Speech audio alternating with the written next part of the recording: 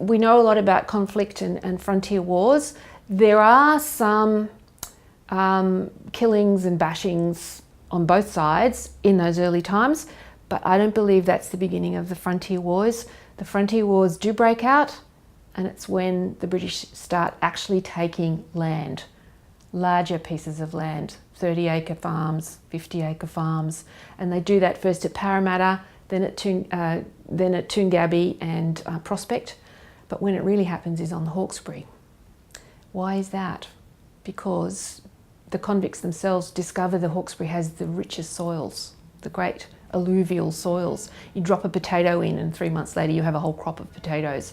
And the stories about this place spread like wildfire because they regard it as this place where you don't have to work hard, you're not under surveillance, it's their own place. It's almost like a new Eden, a new common, it's like a promised land.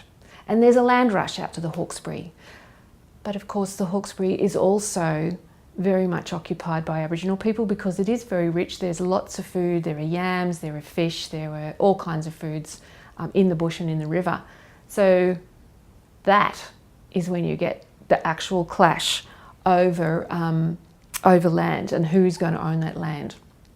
That's when you get this terrible outbreak of frontier conflict, which proceeds in 3 horrific pulses between 1794 and the end of 1816.